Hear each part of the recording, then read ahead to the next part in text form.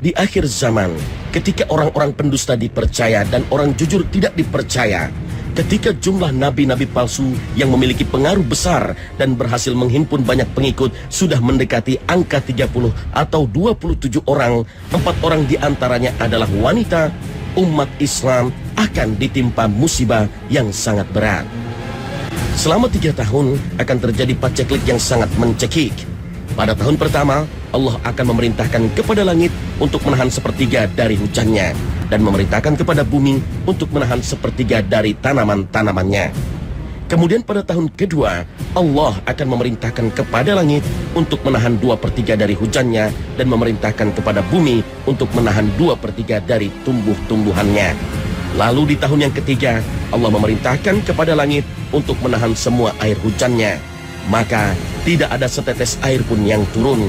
Juga memerintahkan kepada bumi untuk menahan semua tanaman-tanamannya. Hingga setelah itu tidak akan dijumpai satu tanaman hijau pun yang tumbuh. Dan tidak ada seekor binatang berkuku pun yang hidup, kecuali yang dikehendaki oleh Allah. Lalu, dengan apakah manusia akan hidup pada saat itu? Tanya para sahabat kepada Nabi SAW. Maka beliau menjawab, tahlil, takbir, dan tahmid. Semua itu akan berfungsi sebagai makanan bagi mereka.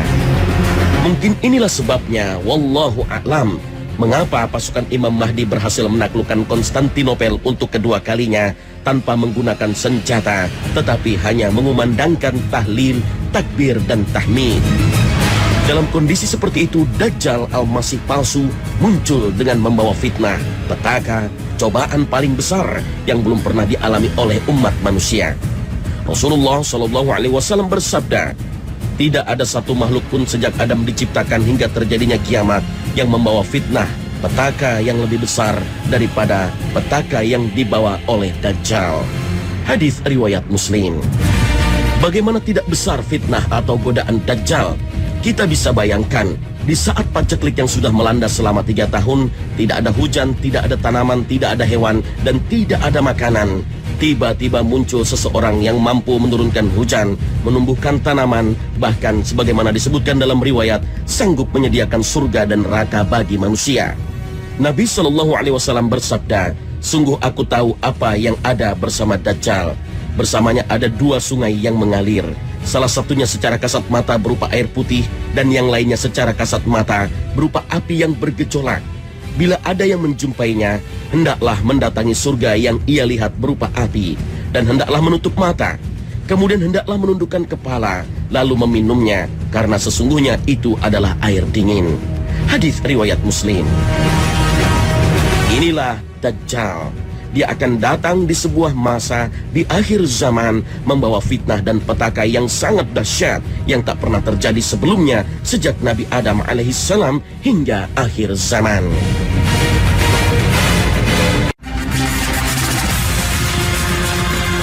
Assalamualaikum warahmatullahi wabarakatuh.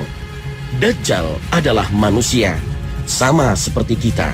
Ia mempunyai rambut, mata, wajah, tangan, badan, dan semua anggota tubuh yang lazim kita miliki. Dia hanya memiliki beberapa ciri khusus, seperti berbadan besar, berwarna kemerah-merahan, rambutnya keriting, matanya buta sebelah kanan, seolah-olah matanya anggur yang mencorok. Sebagaimana disebutkan dalam hadis riwayat Bukhari dan Ibnu Umar, Nabi SAW bersabda, ketika aku tidur, aku bermimpi tawaf di Ka'bah, dan ternyata ada seseorang yang rambutnya lurus, kepalanya meneteskan atau mengalirkan air. Maka saya bertanya, siapakah ini? Mereka mengatakan, ini Isa bin Maryam. Kemudian aku menoleh, ternyata ada seseorang yang berbadan besar, warnanya kemerah-merahan, rambutnya keriting, matanya buta sebelah kanan, seolah-olah matanya anggur yang mencorok. Mereka menjelaskan, sedang ini adalah Dajjal. Manusia yang paling mirip dengannya adalah Ibnu Qatlan, laki-laki dari Bani Khuza'ah.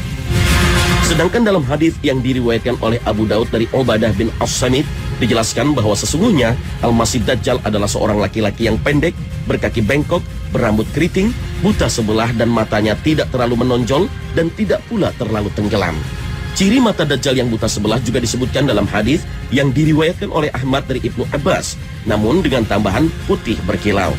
Dan beberapa sifat lain yang belum disebutkan, yaitu kepalanya mirip kepala ular dan dia adalah orang yang paling mirip dengan Abdul Uzza bin Qatan.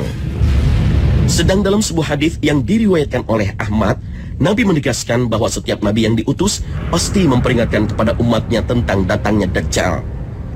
Sementara penjelasan tentang Dajjal yang beliau terima belum pernah diberikan kepada siapapun. Menurutnya, Dajjal adalah orang yang buta sebelah, mata kanannya buta dan juling, seakan-akan dahak yang menempel pada tembok yang dicat. Sedang mata kirinya seperti bintang yang terang. Kemudian, seperti disebutkan dalam hadis riwayat Muslim, masih ada ciri khusus lagi, yaitu ada tulisan Arab kafir atau kafara di antara kedua matanya. Dan di samping semua sifat itu, Dajjal juga mandul, tidak bisa menghasilkan keturunan. Abu Sa'id Al-Khudri radhiyallahu anhu pernah bertutur, "Aku pernah menemani Ibnu Sa'id pergi ke Mekah. Lalu dia berkata kepadaku, aku telah bertemu dengan beberapa orang yang menganggap bahwa aku adalah Dajjal. Apakah kamu pernah mendengar Rasulullah SAW bersabda, sesungguhnya Dajjal itu tidak mempunyai anak?" Aku jawab, "Ya." Ia berkata lagi, "Dan aku telah mempunyai anak. Bukankah kamu telah mendengar Rasulullah SAW bersabda, Dajjal itu tidak akan memasuki Madinah dan Mekah?" Aku menjawab, "Ya." Ia berkata lagi, "Dan aku telah dilahirkan di Madinah, dan sekarang aku sedang menuju ke Mekah." Kemudian di akhir pertanyaannya dia berkata kepadaku, "Demi Allah, sesungguhnya aku tahu waktu kelahirannya, tempatnya, dan di mana dia." Hadis riwayat Muslim. Itulah sifat-sifat Dajjal yang kemunculannya merupakan salah satu tanda besar dari tanda-tanda kedatangan hari kiamat. Dajjal akan muncul dari arah timur dari Khurasan, sebuah wilayah di negeri Persia. Nabi SAW bersabda, Dajjal akan keluar dari bumi sebelah timur yang disebut Khurasan. Dajjal akan diikuti oleh kaum yang wajah mereka seperti tameng yang dilapisi kulit. Hadis riwayat Tirmizi.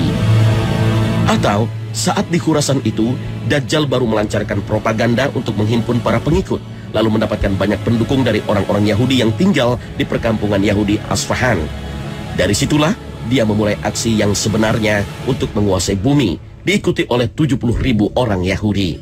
Nabi SAW bersabda, Dajjal akan keluar dari perkampungan Yahudi Asfahan, diikuti oleh 70.000 orang Yahudi yang memakai mahkota akan jadi pengikutnya.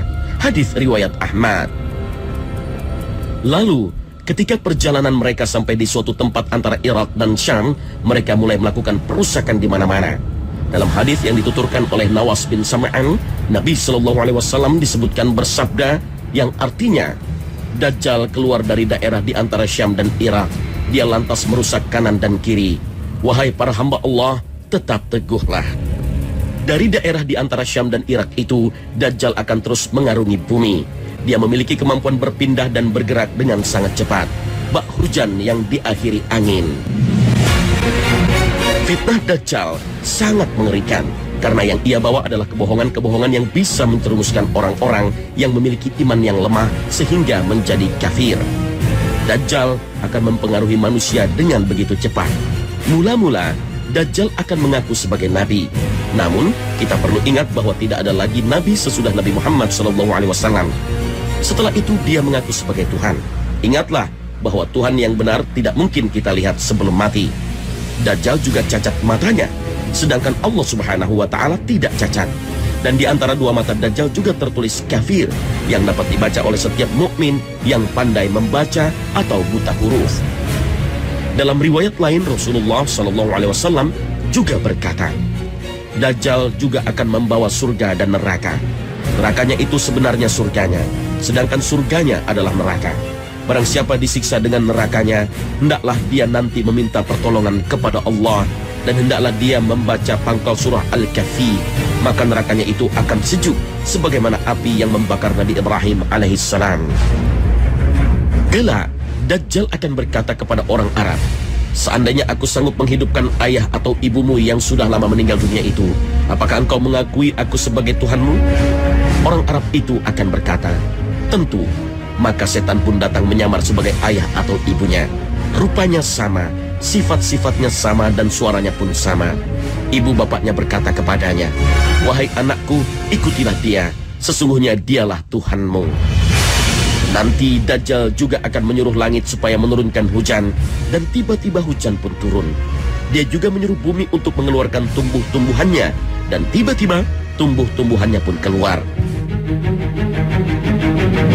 Kemudian, salah satu ujian yang paling berat bagi manusia adalah bahwa Dajjal nanti akan datang ke perkampungan orang-orang baik dan tidak mengakuinya sebagai Tuhan, lalu menjadikan tanaman-tanaman tidak tumbuh dan ternak-ternak mereka tidak hidup. Sebaliknya, Dajjal akan datang ke tempat orang-orang yang percaya kepadanya dan mengakuinya sebagai Tuhan. Maka atas izin Allah, hujan pun diturunkan dan tanaman-tanaman mereka pun subur. Demikianlah, Dajjal akan terus mendatangi setiap tempat untuk berdakwah. Jika warganya tidak mau beriman kepadanya, maka hujan dibuatnya tidak turun di tempat itu, sehingga tanaman-tanaman pun gagal. Sebaliknya, bila warganya menerima dakwahnya dan beriman kepadanya, maka Dajjal akan menyuruh langit untuk menurunkan hujannya dan menyuruh bumi untuk menumbuhkan tumbuhan-tumbuhannya. Maka mereka pun mudah mendapatkan air dan tanaman-tanaman mereka pun subur. Aisyah radhiyallahu anha menuturkan, pernah suatu hari Rasulullah SAW masuk ke rumahku ketika aku sedang menangis. Melihat saya menangis, beliau bertanya, "Mengapa menangis?" Saya menjawab, "Rasulullah, engkau telah menceritakan Dajjal, maka saya takut mendengarnya." Hadis riwayat Ahmad. Rasulullah SAW bersabda, "Seandainya Dajjal datang pada waktu aku masih hidup, maka aku akan menjaga kamu dari gangguannya. Kalau dia datang setelah kematianku, maka Tuhan kamu tidak buta dan cacat." Demikianlah, nanti Dajjal akan berdiam di bumi selama 40 hari. Satu hari terasa bagaikan setahun. Ada satu hari yang terasa bagaikan sebulan. Ada satu hari yang terasa 1 minggu. Kemudian hari-hari berikutnya seperti hari biasa. Menurut riwayat, Dajjal itu nanti akan berkata, "Akulah Tuhan seluruh alam, dan matahari ini berjalan dengan izinku. Apakah kalian menginginkan agar aku menahannya?" Katanya sambil ditahannya matahari itu, sehingga 1 hari lamanya menjadi 1 minggu atau 1 bulan. Setelah dia tunjukkan kehebatannya menahan matahari itu, dia berkata kepada manusia, "Sekarang apakah kamu ingin supaya matahari itu berjalan?" Mereka semua menjawab, "Ya, kami ingin." Maka dia tunjukkan lagi kehebatannya dengan menjadikan 1 hari begitu cepat berjalan. Dalam hadis yang diriwayatkan oleh Muslim, Rasulullah SAW bersabda, "Akan keluarlah Dajjal kepada umatku, dan dia akan hidup di tengah-tengah mereka selama 40. Saya sendiri pun tidak pasti apakah 40 hari, 40 bulan, atau 40 tahun." Kemudian Allah Subhanahu wa Ta'ala mengutus Isa bin Maryam yang rupanya seolah-olah Urwah bin Mas'ud, dan kemudian membunuh Dajjal itu. Dan menurut ceritanya, setelah munculnya Dajjal, hampir semua penduduk dunia menjadi kafir, yakni beriman kepada Dajjal. Konon orang yang tetap dalam iman hanya tinggal 12.000 lelaki dan 7.000 kaum wanita. Demikianlah Dajjal akan menyeru manusia di seluruh penjuru bumi selain Mekah dan Madinah. Daya jelajah dan kawasan yang dijangkau Dajjal kelak telah dijelaskan dalam hadis panjang riwayat Muslim dari Fatimah binti Qais bahwa Dajjal berkata, "Aku akan keluar dan menelusuri bumi. Tidak akan ada satu daerah pun yang tidak kusinggahi dalam waktu 40 malam, kecuali Makkah dan Thaibah, Madinah. Kedua kota tersebut diharamkan bagiku. Tatkala aku ingin memasuki salah satu dari 2 kota tersebut, para malaikat menghadangku dengan pedangnya yang terhunus. Di setiap jalan lereng bukit ada malaikat yang menjaganya."